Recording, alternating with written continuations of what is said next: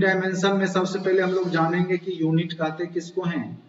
तो किसी भौतिक राशि को व्यक्त करने के लिए उसी राशि के निश्चित परिमाण को मानक स्टैंडर्ड मान लिया जाता है और उनको कोई नाम दे दिया जाता है। इसी निर्देश मानक को उसका हम क्या बोलते हैं, मात्रक कहते हैं। मात्रक मेन रूप से दो प्रकार के होते हैं, एक होता है फंडामेंटल यूनिट्स मूल मात्रक, दूसरा होता है डिराइव्ड यूनिट व्युत्पन्न मात्रक। ठीक है, तो यहाँ पे देखिए मेन रूप से जो फंडामेंटल मात्रक जो होता है मूल मात्रक 7 होते हैं।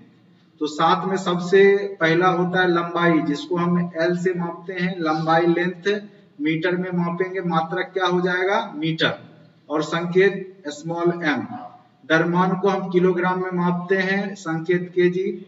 समय को हम लोग सेकंड में मापते हैं और S से सूचित किया जाता है। ताप को केल्विन में, K से, विद्युत धारा को एम्पियर मापते हैं, A से, ज्योति तीव्रता को कैंडला में मापते हैं, CD, और पदार्थ की मात्रा को मोल में मापते हैं। ठीक है, तो ये आपके कितने हो गए, 2 2 4 2 6 1 7, 7 ही आपके क्या होते हैं, फंडामेंटल यूनिट होते हैं। ठीक है, बाद बाकी सब इसी से बनते हैं, इसी से ड्राइव होकर के ही बनेंगे, उसको हम बोलते हैं व्युत्पन्न मात्रक।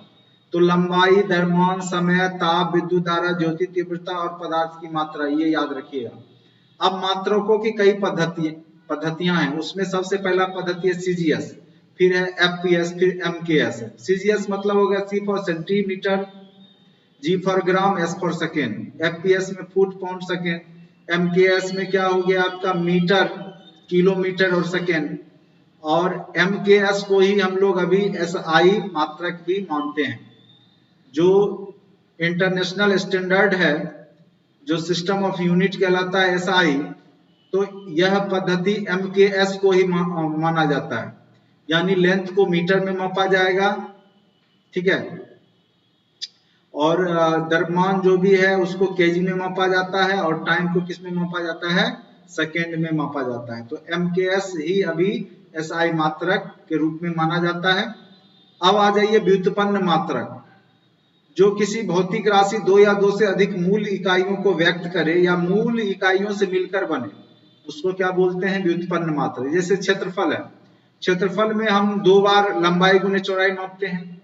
क्षेत्रफल क्या होता है, लंबाई गुने चौड़ाई। तो यहाँ पे 2 क्या हो गया, 2 फंडामेंटल यूनिट्स मिला, 2 आपका mm मिला, तो वो क्या हो गया m स्क्वायर। तो ये आपका हो गया व्युत्पन्न मात्रक। m स्क्वायर क्या हो गया आपका, मीटर स्क्वायर, व्युत्पन्न मात्रक। चूंकि यह फंडामेंटल से मिलके बना, 2 फंडामेंटल यूनिट लेंथ का मिला, तब जाकर के ये क्षेत्रफल बना। आयतन 3 बार अगर हम लेंथ को ही गुना करते हैं तो वो आयतन दे देता है। ठीक है, घनत्व तो क्या होता है, किलोग्राम मीटर पर क्यूब, तो केजी बटा मीटर क्यूब ऊपर कर दिया है। तो इस प्रकार से आप जो भी कौन सा व्युत्पन्न मात्रक है और कौन सा फंडामेंटल, सिंपल सी बात है, ये 7 को छोड़ करके जितने भी होंगे वो क्या होंगे, व्युत्पन्न मात्रक ही होंगे। ठीक है, अब इस पे ज्यादा माथापच्ची करने की आवश्यकता नहीं है। अब इसमें कई बार आपको नाम पूछ देता है, kilo, mega, tera, peta, exa, deci. जैसे हो गया deca, hecto, kilo, mega, giga, tera, peta, exa. यानी एक्सा 10 पर पावर 18, पेटा 10 पर पावर 15, टेरा 10 पर पावर 12। ये पावर वाला भी पूछ देता है, मेगा 10 पे पावर 6। तो याद रखिएगा deca, hecto, kilo, mega, giga, tera, peta, exa. Deci, centi, milli, micro. ये क्वेश्चन बार बार पूछेगा कि 1 माइक्रो बराबर कितना, तो 10 पर पावर -6 के बराबर होता है 1 माइक्रो। नैनो 10 पे पावर -9। शुरुआत में 1 1 बढ़ेगा, देखिए 1 2 3 है ना, अब फिर 3 3 6, फिर 9, फिर 12, 3 3 का बढ़ेगा। यानी आपका 3 तक तो 1 2 3 लगातार बढ़ता है, उसके बाद क्या होता है, 3 3 का गैप चलता है। मतलब यहाँ 6 हो गया, यहाँ 9 हो गया, यहाँ 12 हो गया, यहाँ 15 हो गया, यहाँ 18 हो गया। तो आप डायरेक्ट याद रखिएगा deci, centi, milli, micro, nano, pico, femto, atto. Atto मतलब 10 पे पावर -18। ठीक है, तो इस प्रकार से यहाँ से नामकरण भी पूछ दिया जाता है कई बार एग्जाम में। अब देखिए प्रकाश वर्ष क्या होता है। प्रकाश वर्ष लगता है कि जैसे आपका लाइट से जुड़ा हुआ है, लेकिन यह दूरी का मात्रक होता है। प्रकाश वर्ष इसका मात्रक होता है दूरी का। तो निर्वात में प्रकाश द्वारा जो 1 वर्ष में जितना तय की गई दूरी है, कोई निर्वात वैक्यूम में प्रकाश लाइट जितना एक वर्ष में तय करेगा दूरी, वही क्या कहलाता है आपका प्रकाश वर्ष कहलाता है। यानी प्रकाश वर्ष दूरी का मात्रक है। और एक प्रकाश वर्ष में कितना किलोमीटर होता है, तो 9.46 गुने 10⁻12 किलोमीटर होता है। तो ये भी याद रखना है। और दूरी की सबसे बड़ी इकाई क्या होती है, पारसेक। पारसेकेंड का जो संक्षिप्त रूप ही पारसेक है, यह दूरी मापने की सबसे बड़ी इकाई, कई बार पूछेगा दूरी मापने की सबसे बड़ी इकाई, तो पारसेक, ठीक है। यह दूरी मापने की सबसे बड़ी इकाई है जो 1 सेकेंड चाप का लंबन प्रदर्शन करता है। और एक पारसेक बराबर क्या हो जाता है, तो ये बहुत इंपॉर्टेंट है, 3 गुने 10⁻16 मीटर, यानी 3.26 प्रकाश वर्ष, यानी 3.25 भी बोल सकते हैं, 3.25 प्रकाश वर्ष के बराबर होता है एक पारसेक। यानी प्रकाश वर्ष से भी दूरी का सबसे बड़ा मात्रक क्या हो गया आपका, पारसेक। अब आ जाइए एंगस्ट्रॉम क्या होता है, तो ये खास करके तरंग दैर्ध्य को मापने का एक कह सकते मात्रक है। प्रकाश पारावैगनी विकिरण एक्स विकिरण तरंग दैर्ध्य को अभिव्यक्ति एंगस्ट्रॉम में किया जाता है और इसे प्रायः ए के द्वारा सूचित किया जाता है। और एक एंगस्ट्रॉम बराबर 10⁻−10 मीटर होता है। एक एंगस्ट्रॉम किसके बराबर होता है, -10⁻−10 मीटर, ये भी याद रखिएगा। अब आ जाइए खगोलीय मात्रक। एक वर्ष में सूर्य और सूर्य के बीच औसत दूरी को, एक वर्ष में ये पृथ्वी तथा सूर्य के बीच में जो औसत दूरी के खगोलीय मात्रक है ये, और एक खगोलीय मात्रक इक्वल टू 1.496 इंटू 10⁻11 मीटर होता है। यह पृथ्वी और सूर्य के बीच की औसत दूरी है। खगोलीय मात्रक क्या होता है, पृथ्वी और सूर्य के बीच की औसत दूरी, और वो लगभग किसके बराबर है, 1.496 गुने 10⁻11 मीटर। ये सब डायरेक्ट फैक्ट में पूछा जाता है। सौर दिवस, जब सूर्य आकाश में सीधे सबसे ऊंचे बिंदु पर होता है तो उस समय का मध्याह्न कहते हैं। दो क्रमागत मध्याह्नों के बीच के अंतराल को सौर दिवस कहते हैं। और वह कितने के बराबर होता है, तो इकाई दाई सैकड़ा, हजार, 10,000, 86,400 सेकेंड के बराबर होता है। एक सौर दिवस कितना होता है, 86,400 सेकेंड। अब आ जाइए बीमा। किसी भौतिक राशि की बीमाएं उन घातों को कहते हैं जो उस राशि के मात्रक को व्यक्त करता है। तो जैसे यहाँ पे मेन रूप से लंबाई को L से डिनोट करेंगे, द्रव्यमान को M फॉर मास हो गया, समय को T से डिनोट करते हैं। उसी टर्म में MLT के टर्म में हम उसको बीमा को रिप्रेजेंट करते हैं। जैसे यहाँ पे देखिए क्षेत्रफल है। क्षेत्रफल वास्तव में होता क्या, लंबाई गुने चौड़ाई। लंबाई और चौड़ाई को हम क्या चीज में मापेंगे, MLT में किस में मापेंगे, लेंथ हो गया ना लंबाई चौड़ाई, तो L गुने L क्या हो गया, L का स्क्वायर हो गया। तो यहाँ पे L का स्क्वायर को हम लिख सकते हैं M0 L2 T0, ठीक है, ये 3 दे दिया है, गलत है ये, ठीक है। तो अगर क्षेत्रफल है M0 L2 T0 लिख सकते हैं, ठीक है।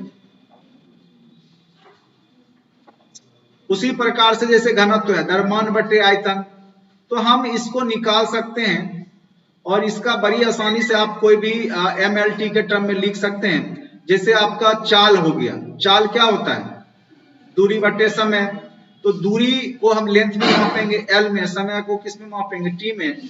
तो चाल का क्या हो जाएगा, L बटे T, और LT इनवर्स भी हम उसको लिख सकते हैं। इस टर्म में हम इसको लिख सकते हैं, ठीक है। तो थोड़ा सा हम आपको समझा दें यहाँ पर। अब जैसे चाल हो गया, चाल इक्वल टू क्या हो जाता है आपका, दूरी बटे समय, यही होता है ना, दूरी बटे समय। और जब भी हम दूरी को मापेंगे तो लेंथ में ही होगा, किलोमीटर में होगा लंबाई लेंथ, तो इसको L लिख सकते हैं। तो L बटे T लिखेंगे, फिर हम इसको क्या लिख सकते हैं, LT इनवर्स लिख सकते हैं, बटा T ऊपर जाएगा T-1। अगर इसी को हम इस टर्म में भी लिख सकते हैं M0 LT-1, ठीक है, तो कोई दिक्कत नहीं है। तो इस तरीका से हम कोई भी चीज का बीमा निकाल सकते हैं। जैसे आपका त्वरण होता है, त्वरण क्या होता है, त्वरण इक्वल टू क्या आता है, चेंज इन वेलोसिटी, पर टाइम, यही होता है ना। तो यहाँ पे v1 माइनस v2 हम लोग करते हैं बटे t करते हैं, तो यहाँ पे एक्चुअली v बटे t भी हम उसको लिख सकते हैं त्वरण में।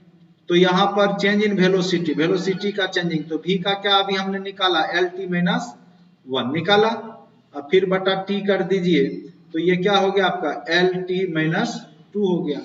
ठीक है, तो इसको हम लिख सकते हैं बीमा में m0 l1, कुछ नहीं तो 1 तो होता ही है ना, t माइनस 2, तो इसी चीज को लिख सकते हैं।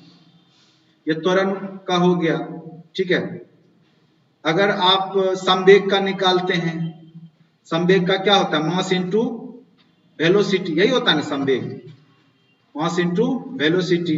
तो m मास को हम m से रिप्रेजेंट करते हैं, v को l t minus t inverse से करते हैं, तो यहाँ पे लिख देंगे t इनवर्स। तो ये किसका हो गया, संवेग का हो गया बीमा। ठीक है, तो किसी चीज का बीमा हम लोग कैसे निकालेंगे समझ गए। जैसे फोर्स है, फोर्स क्या होता है, force equal to M A होता है ना। तो एम ए, एम का तो एम मास हो गया, तो मास का कैपिटल एम हो गया, और एक्सेलरेशन का भी हमने क्या निकाला था थोड़ा देर पहले, एल टी माइनस 2, यही निकाला था ना, यही निकाला था ना एक्सेलरेशन का, त्वरण का। तो यहाँ पर हम लिख सकते हैं एल टी माइनस 2, तो ये आपका क्या हो गया फोर्स का हो गया m1 l1 t माइनस 2। तो इसी प्रकार से हम किसी भी जो यूनिट है, संवेग है, चाहे ग्रेविटेशनल फोर्स है, चाहे चाल है, वेग है, हम सबका जो है बीमा निकाल सकते हैं। ठीक है, तो एग्जाम में अगर क्वेश्चन पूछे तो आप पहले सबसे पहले तो उसका बेसिक फॉर्मूला आपको पता होना चाहिए कि स्पीड क्या है, वेलोसिटी क्या है, एक्सेलरेशन क्या है, त्वरण जिसको बोलते हैं, संवेग क्या है। ठीक है, तो अपने आप निकाल लीजिएगा। जैसे क्षेत्रफल है, क्षेत्रफल का बीमा क्या हो जाएगा, लेंथ में होता है क्षेत्रफल, तो L गुने L हो जाएगा, तो क्या हो जाएगा L2 हो गया, यही हो जाएगा बीमा, नहीं हो जाएगा। तो इस प्रकार से अभी बहुत सारा क्वेश्चन आएगा, तो फिर हम लोग चर्चा करेंगे कि किस प्रकार से हम लोग बीमा निकालते हैं।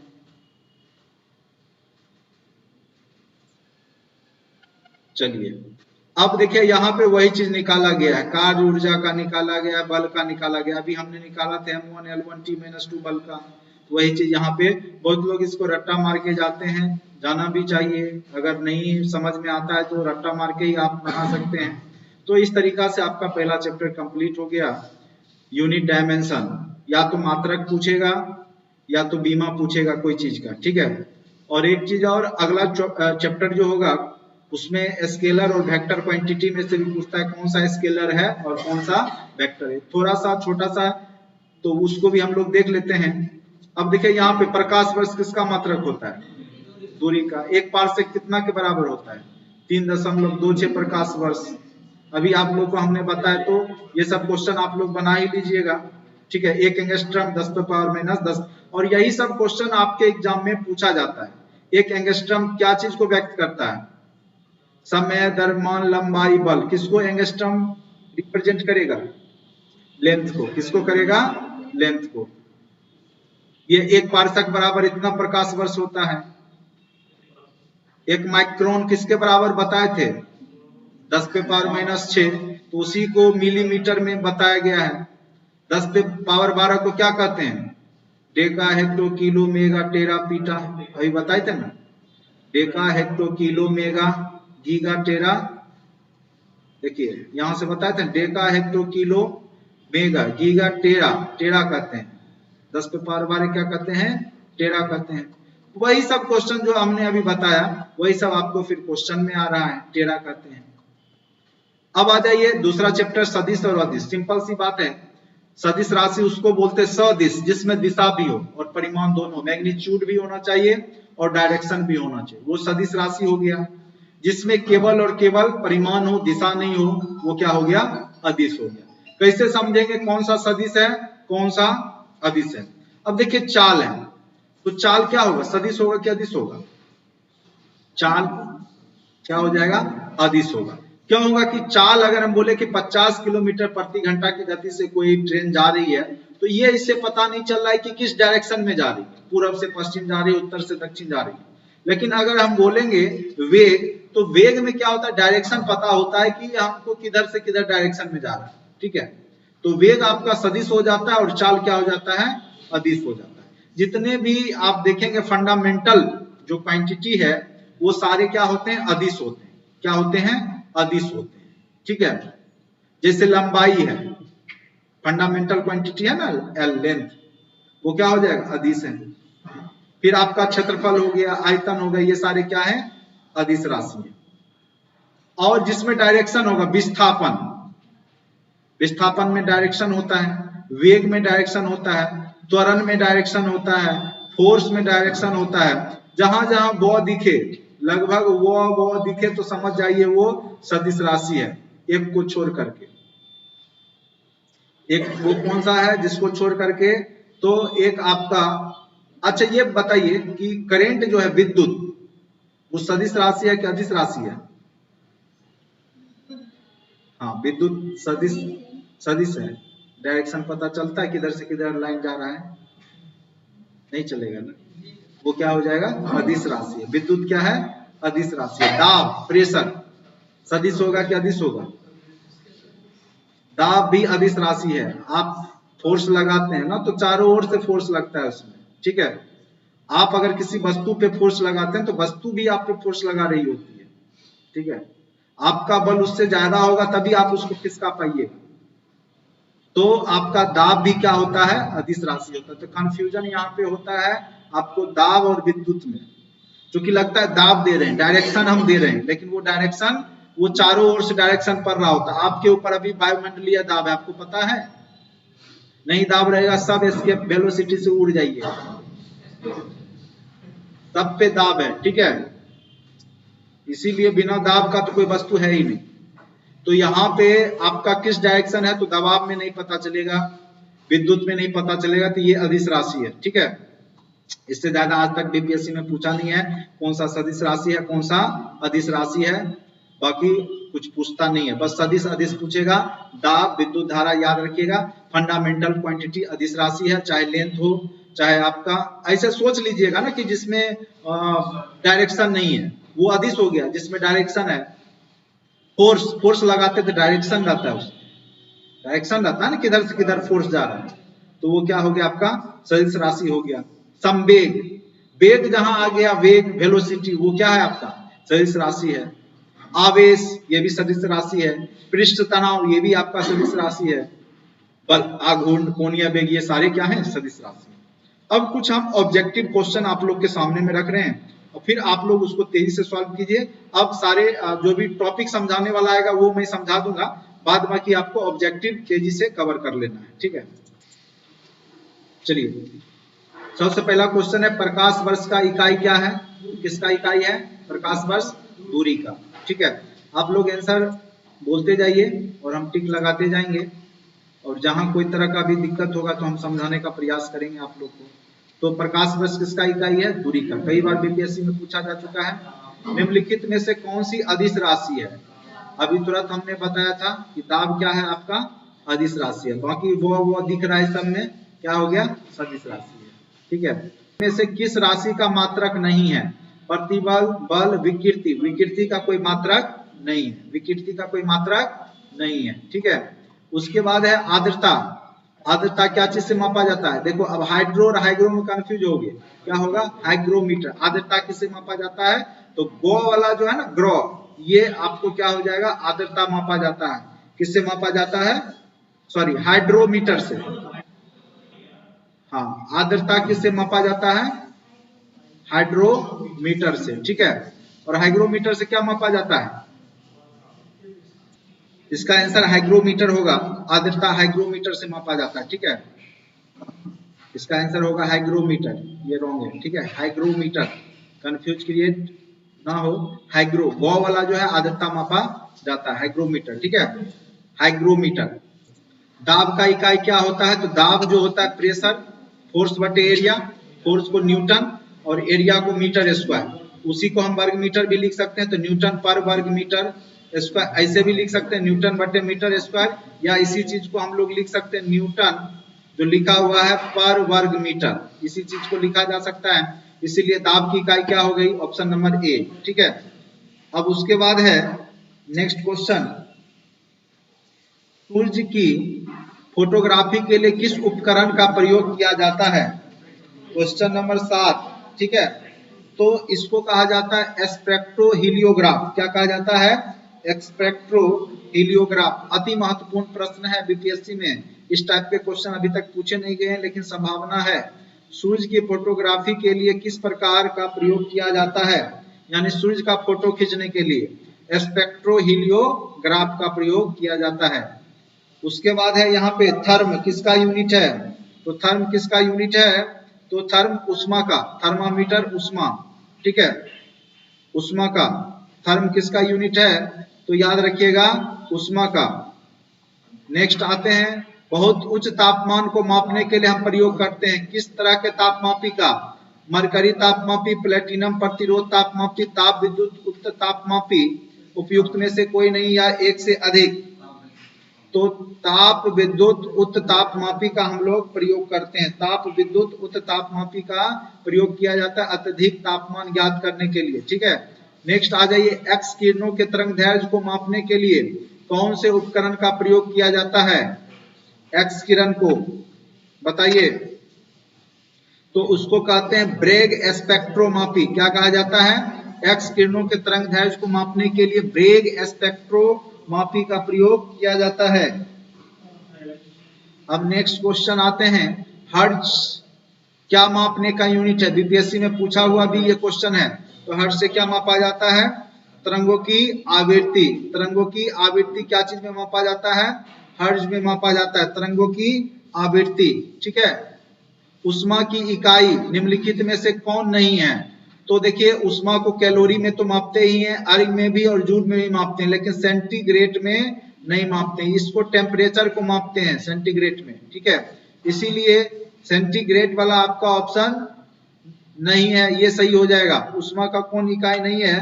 तो सेंटीग्रेड वाला जो ऑप्शन आपका नहीं है। एक्सरे की खोज, यह क्वेश्चन बीपीएससी में कई बार पूछा जा चुका है। किसने किया था एक्सरे का? रोएंटजन। किसने किया था? रोएंटजन। कई बार यह क्वेश्चन पूछा जा चुका है कि एक्सरे की खोज किसने किया था?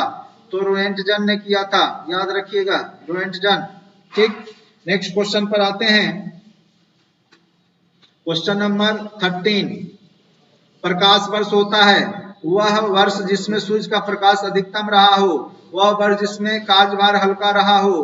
प्रकाश द्वारा एक वर्ष में चली गई दूरी सूर्य तथा पृथ्वी के बीच की औसत दूरी क्या होगा? नहीं, ये होगा प्रकाश द्वारा एक वर्ष में, इसको तो खगोलीय दूरी कहा जाता था ना। ये प्रकाश द्वारा एक वर्ष में चली गई दूरी को क्या बोलते हैं? प्रकाश वर्ष कहते हैं। ठीक है, पार से क्या चीज का मात्रक है? सबसे बड़ा मात्रक अभी बताए थे, किसका है? दूरी का। रक्त दाब मापा जाता है किसके द्वारा? बताइए, रक्त दाब किससे मापते हैं? एस्फिग्मोमैनोमीटर। क्या चीज से मापा जाता है? एस्फिग्मोमैनोमीटर। रक्त दाब, ब्लड प्रेशर मापने के लिए एस्फिग्मोमैनोमीटर का प्रयोग किया जाता है।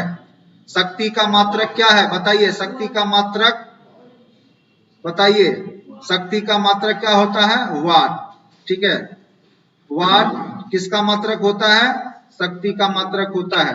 हर्ट्ज तो आवृत्ति मापते हैं ना, और वोल्ट से विद्युत तीव्रता। ठीक है, विद्युत धारिता। और यहाँ न्यूट्रॉन।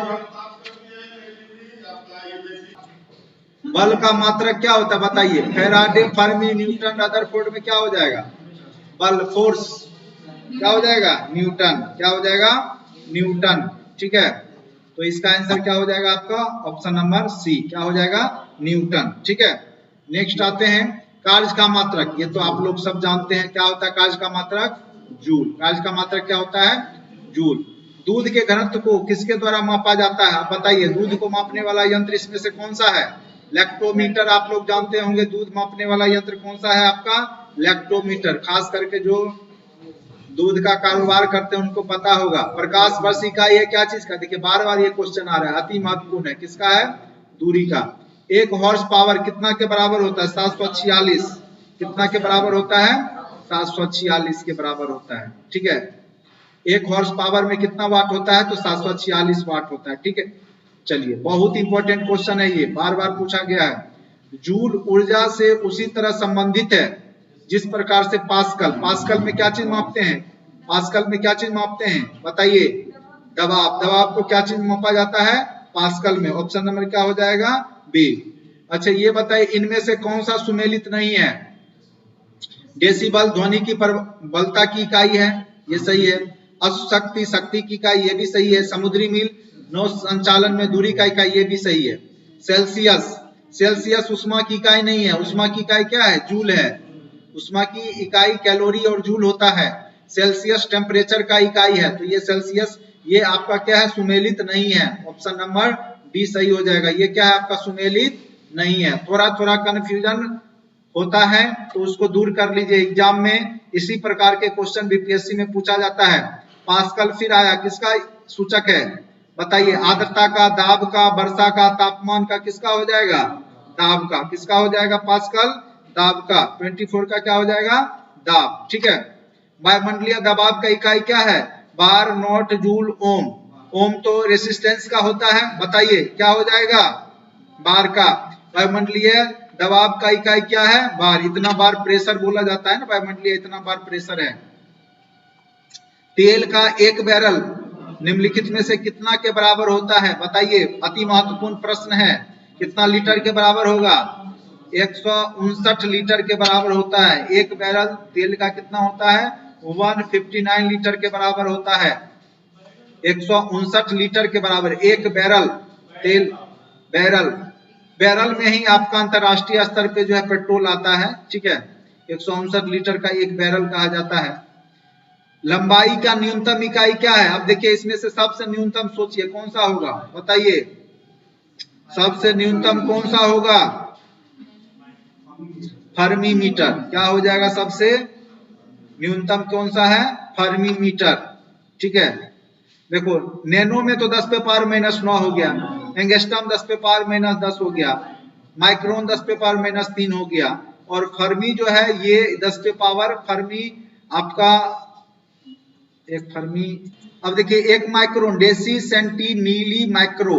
माइक्रो हो गया 10 पे पावर -6, नैनो हो गया 10 पे पावर -9, एंगस्ट्रॉम हो गया 10 पे पावर -10, फर्मी हो गया 10 पे पावर -15। तो सबसे छोटा तो इसमें यही होगा ना, फर्मी ही होगा, इसलिए फर्मी मीटर हो गया सबसे छोटा, न्यूनतम इकाई हो गया। पायरहेलियोमीटर का प्रयोग निम्न में से किसे नापने में किया जाता है? ठीक है, तो इसका प्रयोग सोलर रेडिएशन मापने में किया जाता है। डायरेक्ट याद रखिएगा, पायरहेलियोमीटर का जो प्रयोग किया जाता है वो सोलर रेडिएशन को मापने में किया जाता है। ठीक, अब नेक्स्ट क्वेश्चन पर आते हैं।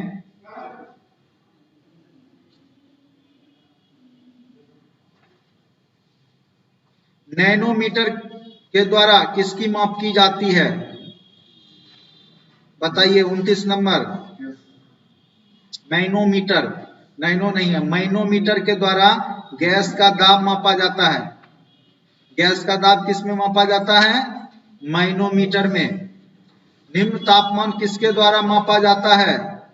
सबसे कम तापमान, न्यूनतम तापमान, तो एल्कोहल। एल्कोहल को देखिएगा कि -डिग्री में भी आपको जमता नहीं है। आप शराब को फ्रिज में रख दीजिए, कितना भी ठंडा कर दीजिए, वो जमेगा नहीं। एल्कोहल, इसीलिए एल्कोहल थर्मामीटर का प्रयोग निम्न तापमान को ज्ञात करने के लिए किया जाता है। ठीक है, अब आ जाइए क्यूसेक। क्यूसेक क्या चीज को मापा जाता है? तो जल का बहाव। जल का बहाव जो होता है, जैसे होता है कितना क्यूसेक जल बह रहा है, जैसे ये रास्ता हो गया, पाइप हो गया, तो इसको क्यूसेक बोलते हैं। ठीक है, तो ये हो गया जल का बहाव। क्यूसेक में क्या मापा जाता है? तो जल का बहाव। डॉप्सन, ये तो ओजोन परत की मोटाई, आपको पता ही होगा, डॉप्सन में मापा जाता है, बहुत महत्वपूर्ण है। बीपीएससी के लिए वीवीआई। ओजोन परत की मोटाई क्या चीज में मापी जाती है? डॉप्सन में मापी जाती है। महासागर में डूबी हुई वस्तु की स्थिति जानने के लिए निम्न में से किस यंत्र का प्रयोग किया जाता है? तो सोनार। किसका प्रयोग किया जाता है? तो सोनार का प्रयोग किया जाता है। आपको पता होगा समुद्र में जब जहाज चलता है तो उसमें सोनार यंत्र लगा होता है, उससे पता चल जाता है। ध्वनि की तीव्रता मापने वाला यंत्र कौन सा है? बताइए, किससे ध्वनि की तीव्रता मापा जाएगा? ऑडियोमीटर। ध्वनि की तीव्रता कौन मापता है? ऑडियोमीटर। ठीक है, अब नेक्स्ट आ जाइए, पायरोमीटर किसके मापने में प्रयोग किया जाता है? तो जब उच्च तापमान होगा तब वहां पे पायरोमीटर का प्रयोग किया जाएगा। खास करके सनलाइट, जब बहुत ज्यादा टेम्परेचर है उस वस्तु को मापने के लिए पायरोमीटर का प्रयोग किया जाता है। उच्च ताप, पायरोमीटर का प्रयोग कहाँ किया जाएगा? उच्च ताप में। ठीक है, एनीमोमीटर, निम्नलिखित में से किसका मापन किया जाएगा एनीमोमीटर से? बताइए, पवन के वेग का। पवन वेग किसमें मापा जाएगा? एनीमोमीटर में। निम्नलिखित में से एसआई यूनिट में कौन सा सुमेलित नहीं है? अब बताइए, कार्य का जूल, बल का न्यूटन, द्रव्यमान का केजी, दाब का डाइन होता है? दाब का नहीं होता है, दाब का पास्कल होता है ना। तो इसलिए इसका आंसर क्या हो जाएगा आपका? दाब डाइन इसमें क्या है? सुमेलित नहीं है। Option number D. किसी प्रेशर कुकर में जब तापमान पर खाद्य पकाए जाते हैं वह मुख्यतः निम्नलिखित में से किन बातों पर निर्भर करता है? ढक्कन में स्थित छिद्र का क्षेत्रफल, ज्वाला का तापमान, ढक्कन का भार। तो क्या क्या चीज पे डिपेंड करता है? तो ढक्कन में स्थित छिद्र का क्षेत्रफल, ज्वाला का तापमान और ढक्कन का भार, तीनों चीज पे डिपेंड करता है। ठीक है,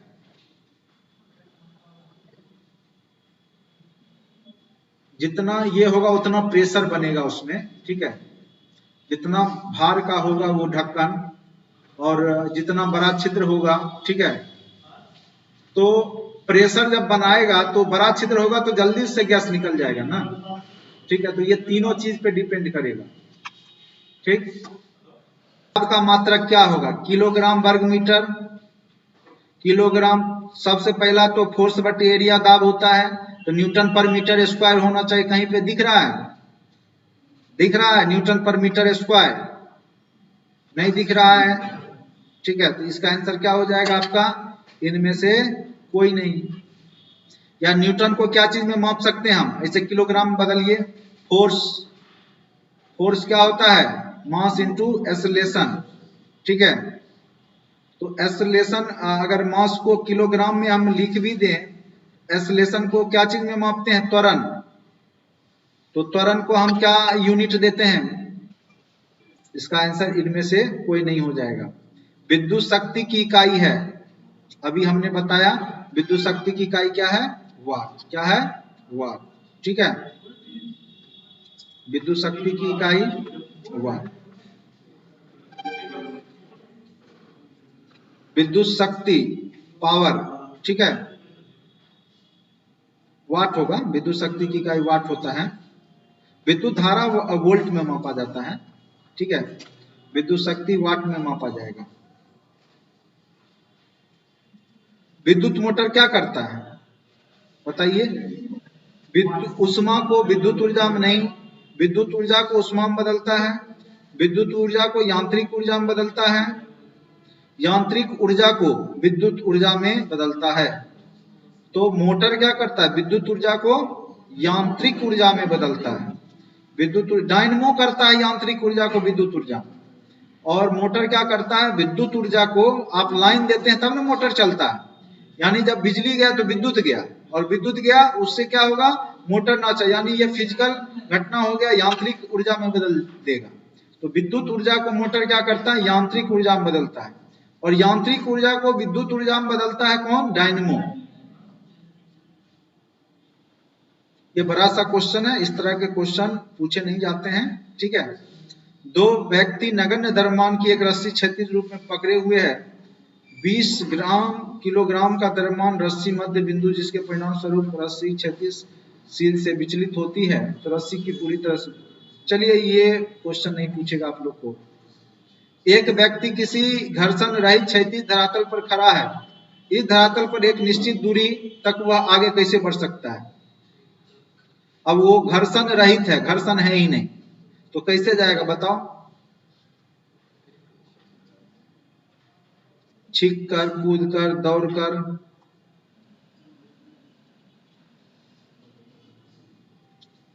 कूदेगा तब तो गिर जाएगा है? चलो छींक कर इसका आंसर दिया हुआ है या फिसल कर होगा? इसका आंसर छींक कर होगा। जब व्यक्ति छींकता है तो न्यूटन थर्ड लॉ क्रिया के विपरीत प्रतिक्रिया होता है और वहां पे घर्षण वायु के द्वारा प्रेशर लगेगा और वो, लेकिन सबसे बड़ी बात है कि अगर लंबी दूरी होगा तो कितना छींकेगा, ठीक है, लेकिन इसका आंसर छींक कर बताया गया है।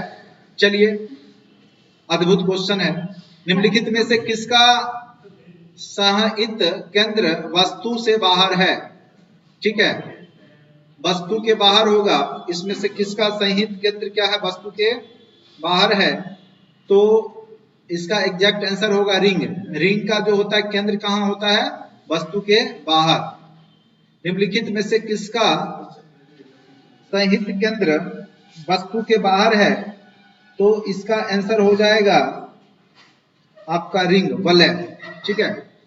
निम्नलिखित में से कौन सा एक अदिश राशि है? बताइए, अदिश राशि कौन सा? संवेग, दाब, विस्थापन, दूरी। अभी तुरंत बताए थे, सदिश राशि कौन सा होगा? इसमें से ये होना चाहिए था, अदिश होना चाहिए। ये भी सदिश है आपका जो है विस्थापन, ये अदिश राशि है, ठीक है। दूरी भी आपका अदिश राशि है। तो इसका आंसर कौन सा सदिश राशि है? संवेग भी आपका सदिश राशि है और यहाँ पे विस्थापन भी आपका सदिश राशि है, तो इसका आंसर क्या होगा? 1 से अधिक, ठीक है। इसका आंसर क्या हो जाएगा? 1 से अधिक। संवेग और विस्थापन दोनों आपका क्या है? सदिश राशि है, जबकि दाब और दूरी क्या है? अदिश राशि है, ठीक है। पदार्थ के संवेग और वेग के अनुपात में कौन सी राशि प्राप्त होगा? संवेग क्या होता है? Mass into velocity. ये पदार्थ के संवेग और वेग का अनुपात ये कट जाएगा तो क्या प्राप्त होगा? मास यानी द्रव्यमान। तो क्या प्राप्त होगा 46 में? द्रव्यमान। हवाओं की ऊर्जा होती है गतिज ऊर्जा, किस कारण से होता है हवाओं में ऊर्जा? रे गति के कारण ही ऊर्जा होता है, केवल और केवल गतिज ऊर्जा, ठीक है। वॉशिंग मशीन, ये कई बार पूछा है, किस कार्य पे काम करता है? अपकेंद्रण। किस पे काम करता है? अपकेंद्रण बल पे काम करता है वॉशिंग मशीन। अति महत्वपूर्ण है, बार बार पूछा हुआ है। एक ट्रेन जैसे ही चलना आरंभ करता है, उस पे बैठे हुए यात्री पीछे की ओर झुक जाते हैं, तो ये किसका सिद्धांत पे काम करता है? तो ये हो जाएगा आपका स्थिरता का जड़त्व। तो जो वस्तु जिस अवस्था में बनी रहती है, बनी रहना चाहती है, जैसे बैठा हुआ है तो वस्तु बैठा, लेकिन जब गति होता है गाड़ी तो एकाएक उस स्थिरता बनाए रखना चाहती है, वो स्थिर, इस कारण से वो आगे की ओर या पीछे की ओर झुक जाती है। तो स्थिरता का जड़त्व उसको कहते हैं, क्या बोलेंगे? स्थिरता का जड़त्व। तेल से अंशतः भरा हुआ तेल एक टैंकर समतल सड़क पर आगे की ओर एक समान त्वरण से जा रहा है, ठीक है। तो यहां बोल रहा है तेल से अंशतः भरा हुआ तेल का एक टैंकर, तेल का जो टैंकर है अंशतः भरा है, पूरा नहीं भरा हुआ है, समतल सड़क की ओर एक समान त्वरण से जा रहा है। तेल का मुक्त पृष्ठ कैसा रहेगा? ठीक है, तो क्षैतिज बना रहेगा, क्षैतिज से एक प्रकार आनत होगा, तो वो जो बना रहेगा ना, जैसे मान के चलिए टैंक है, तो ये टैंक मान के चलिए, तो ये तो बेलनाकार होता है, इस तरीका का टैंक रहेगा। तो वो जैसे यहाँ पे पेट्रोल है तो वो इस तरीका से बना रहेगा, जब उसमें जो पेट्रोल होगा वो इस तरीका से आपका रहेगा, तो इसको बोलते हैं परवलय वक्र, ठीक है। इस तरीका से वो बना रहेगा जब वो चल रहा होगा अंदर में गाड़ी, तो परवलय वक्र का आकार लेगा वो, ठीक है। अब नेक्स्ट क्वेश्चन, न्यूटन का पहला गति नियम क्या देता है? ऊर्जा की, कार्य की, संवेग की, जड़त्व का। किसका सिद्धांत देता है? न्यूटन का प्रथम नियम, तो जड़त्व का। रॉकेट सिद्धांत किस नियम पे काम करता है? न्यूटन का थर्ड लॉ। थर्ड लॉ पे ही काम करता है ना। जितना फोर्स वो नीचे लगाता है उतना फोर्स वायुमंडल उसको ऊपर की ओर खींचता है। तो ये क्रिया के विपरीत प्रतिक्रिया क्या लॉ है? न्यूटन्स का। बताइए, थर्ड लॉ। क्या लॉ है? Newton's third law. तो ये रॉकेट किस सिद्धांत पे कार्य करता है? न्यूटन्स का तृतीय नियम पे काम करता है। पत्थर को ठोकर मारने में व्यक्ति को चोट लगने का कारण क्या है? जड़त्व, वेग, प्रतिक्रिया, संवेग। बताइए क्या कारण है? प्रतिक्रिया। जब आप ठोकर लगाते हैं तो पत्थर भी प्रतिक्रिया स्वरूप आप पे फोर्स लगाती है, तो वही प्रतिक्रिया के कारण ही आपको क्या लग जाता है? चोट लग जाता है। एक समान गति वाला पिंड त्वरित नहीं होता, त्वरित हो सकता है, हमेशा त्वरित होता है, एक समान वेग का होता है। तो एक समान गति वाला भी पिंड त्वरित हो सकता है। लिफ्ट में मनुष्य का प्रत्यक्ष वजन वास्तविक वजन से कम कब प्रतीत होगा? जब ऊपर से वो नीचे गिरेगा। नीचे, ऊपर से जब नीचे आएगा तो आप हल्का महसूस कीजिएगा लिफ्ट में, ठीक है। तो वास्तविक वजन कम कम मालूम होगा? जब लिफ्ट तेजी से ऊपर जा रही है तब तो भारी लगेगा, जब लिफ्ट तेजी से नीचे आ रही है। क्या हो जाएगा इसका आंसर? जब लिफ्ट तेजी से नीचे आएगी तब आपको लगेगा कि आपका वजन क्या है? हल्का है। गतिपाल चक्र भाप इंजन का महत्वपूर्ण हिस्सा क्यों होता है? गति को समान रखने में इंजन की सहायता करता है। तो यही आंसर होगा इसका। गति को समान रखने में गतिपाल चक्र जो है वो इंजन की सहायता करता है। किसी उपग्रह में अंतरिक्ष यात्री द्वारा गिराया गया चम्मच फर्श पर गिर जाएगा, अचल रहेगा, उपग्रह की गति का अनुसरण करता रहेगा। क्या करता रहेगा? वो जिस प्रकार से, जिस उपग्रह से वो गिराया जाएगा उसी के चारों ओर वो घूमता रहेगा, ठीक है। तो वह उपग्रह की गति का अनुसरण ही करता रहता है। ऑप्शन नंबर क्या हो जाएगा? सी। दूध को मथने पर क्रीम अलग हो जाता है, किस कारण से? तो दूध से मक्खन भी निकाला जाता है, वो भी अपकेंद्रीय बल ही है। कौन सा बल है? अपकेंद्रीय बल। तो याद रखिएगा, अपकेंद्रीय बल के कारण ही दूध मथने पर क्रीम अलग हो जाता है। एक समान वेग से चल रही गाड़ी में एक व्यक्ति प्लेटफॉर्म पर गेंद गिराता है, तो वो गेंद जब गिराएगा अंदर से, जब ट्रेन चल रही है तो वो इस तरीका से गिरेगा। तो यह कौन सा पथ हो गया? परवलय। कौन सा पथ होगा? तो परवलय, याद रखिएगा। एक गोली टकराती है और अनुप्रस्थ घर्षणहीन मेज पर पड़े एक ठोस ब्लॉक में घुस जाती है। इस प्रक्रिया में कौन सी राशि सुरक्षित रहेगी? ठीक है, तो यहां पर इसका आंसर हो जाएगा तो केवल संवेग, जो मास इंटू वेलोसिटी है वो यहां पर क्या हो जाएगा? सुरक्षित रह जाएगी।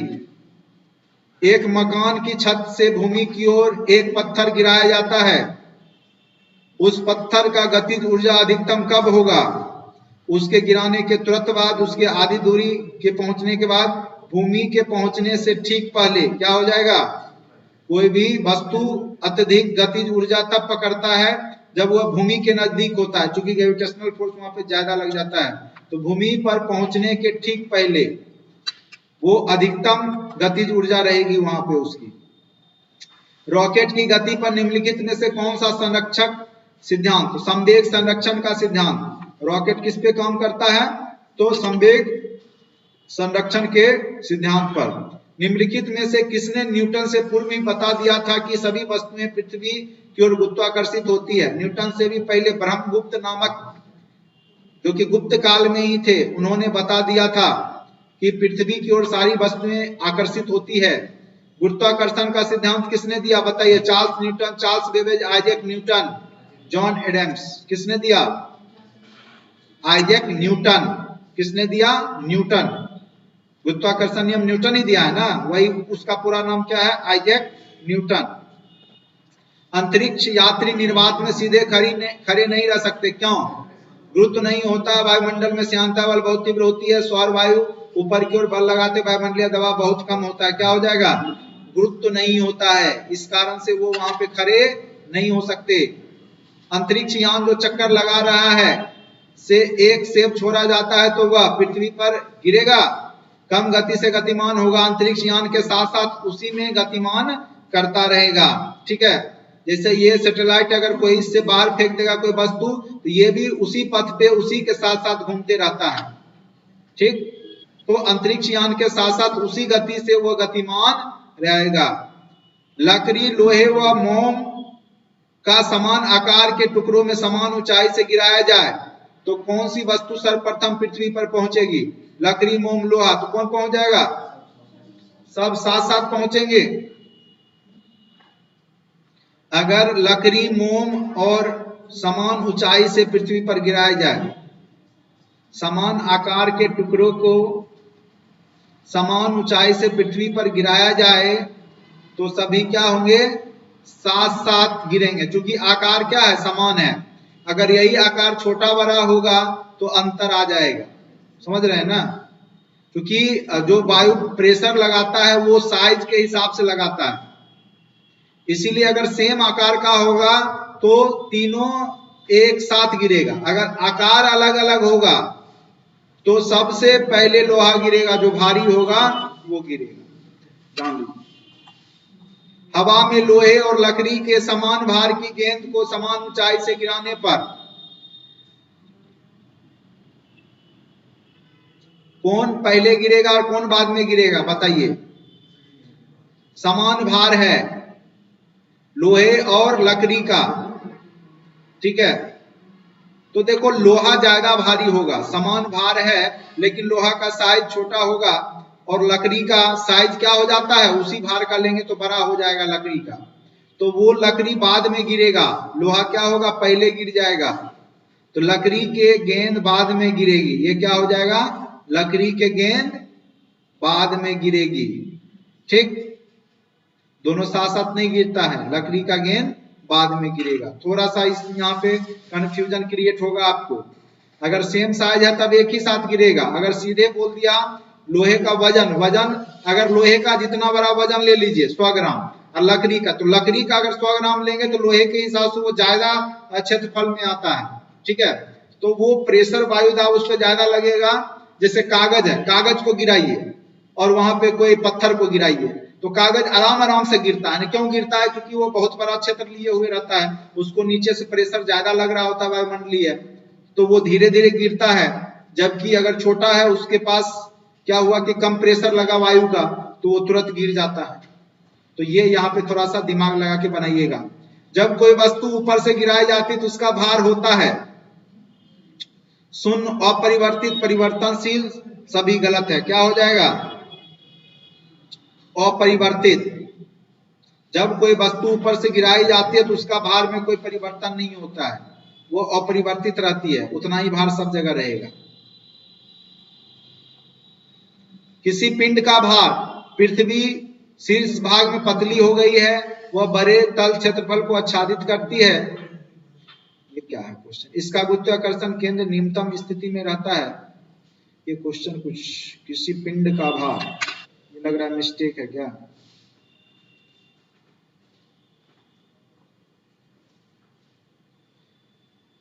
इसका गुरुत्वाकर्षण केंद्र निम्नतम स्थिति में रहता है, या गुरुत्व केंद्र से जाने वाला ऊर्ध्वाधर लाइन, ये है लाइन तल के अंदर रहती है। तो ये इसका आंसर है कि किसी पिंड का भार कहाँ रहता है, तो गुरुत्व केंद्र से जाने वाली ऊर्ध्वाधर लाइन, जो हॉरिजॉन्टल लाइन है, उसके तल के अंदर रहता है उसका वेट। इसका एग्जैक्ट आंसर ये है। यदि पृथ्वी और सूर्य की दूरी जो उसके स्थान पर दोगुना होती है तो सूर्य द्वारा पृथ्वी पर गुरुत्वाकर्षण बल पड़ता, वो क्या हो जाएगा? दूरी बढ़ जाएगा तो गुरुत्वाकर्षण घटेगा कि बढ़ेगा? बताइए क्या होगा? गुरुत्वाकर्षण उसका चौथाई हो जाएगा, घट जाएगा दोगुना से। ठीक है, तो ये हो जाएगा चौथा भाग हो जाएगा। अब जितना है उसका क्या हो जाएगा? चौथा भाग हो जाएगा। ठीक है, जो जो दूरी अगर दुगुना बढ़ा दिया ना पृथ्वी सूर्य के बीच का, तो गुरुत्वाकर्षण सीधे चौथाई हो जाएगा। ठीक। चंद्रमा पर मानव का वजन पृथ्वी की तुलना में 1/6 रहता है, कारण क्या है? चंद्रमा पर पृथ्वी की तरह गुरुत्वाकर्षण नहीं है। अब बताइए इसमें से कौन सा सही है, कौन सा गलत है? ये तो सही है। कथन चंद्रमा पर मानव का वजन पृथ्वी की तुलना में 1/6 रहता है, कारण चंद्रमा पर पृथ्वी की तरह गुरुत्वाकर्षण नहीं है गुरुत्वाकर्षण, लेकिन उसका मान कम है, 1/6 है। तो इसका आंसर क्या हो जाएगा? कथन सही है, परंतु कारण क्या है? गलत है। Option number C. कथन सही है, लेकिन यह है चंद्रमा पर पृथ्वी की तरह ही वहां भी गुरुत्वाकर्षण है, लेकिन क्या है कि उसके तुलना में कम है। ठीक है, तो इसका आंसर क्या हो जाए? कथन 1 सही है, किंतु कारण क्या है? गलत है। मानव शरीर का भार होता है सबसे ज्यादा कहां पे होगा? बताइए। ध्रुवों पर, पृथ्वी की सतह पर, सब जगह एक समान, विषुवत रेखा पर अधिकतम, मैदानी भागों में अपेक्षाकृत पर्वतों पर अधिक।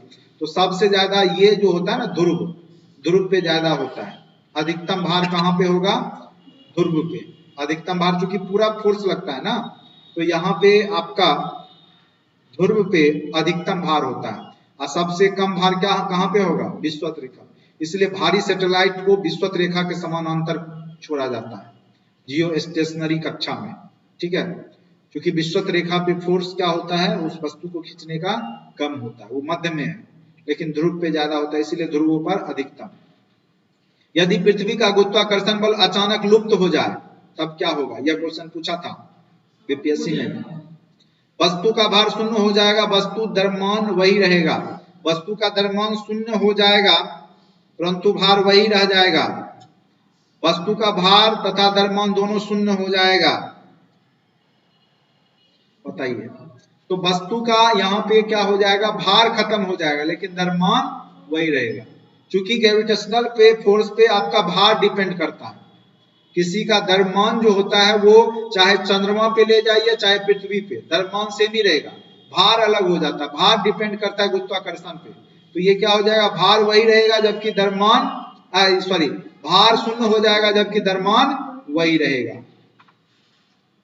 ठीक। अब क्वेश्चन नंबर 75। पृथ्वी के चारों ओर परिक्रमा कर रहा कृत्रिम उपग्रह इसलिए पृथ्वी पर नीचे नहीं गिरता क्योंकि पृथ्वी का आकर्षण उतना दूरी पर अस्तित्वहीन हो जाता है, चंद्रमा के आकर्षण से निष्क्रिय हो जाता है, उसकी नियमित चाल के लिए आवश्यक गति प्रदान करता है, उसकी गति के लिए आवश्यक त्वरण प्रदान करता है। तो पृथ्वी के चारों ओर परिक्रमा कर रहा कृत्रिम उपग्रह इसलिए पृथ्वी पर नहीं गिरता क्योंकि पृथ्वी उसके लिए क्या करता है? आवश्यक त्वरण प्रदान करता है, उसकी गति के लिए क्या करता है? आवश्यक त्वरण प्रदान करता है, इसीलिए वह पृथ्वी के चारों ओर घूमता रहता है। ठीक है, तो इस प्रकार से 75 क्वेश्चन आज रहने देते हैं, नेक्स्ट वीडियो में फिर आगे बढ़ेंगे। तो ये सारे महत्वपूर्ण प्रश्न हैं जो कि आपके एग्जाम में सेम टू सेम इसी टाइप के क्वेश्चन बीपीएससी में आज तक पूछे गए और पूछे जाएंगे। इसीलिए बार बार इसको देखते रहिए, सुनते रहिए, और साइंस अति महत्वपूर्ण है, इसीलिए इसको आप लोग अच्छे से जरूर कवर करके जाइए, जिससे कि आपको एग्जाम में कोई तरह का दिक्कत नहीं हो। तो आज के लिए इतना ही, वीडियो देखने के लिए धन्यवाद।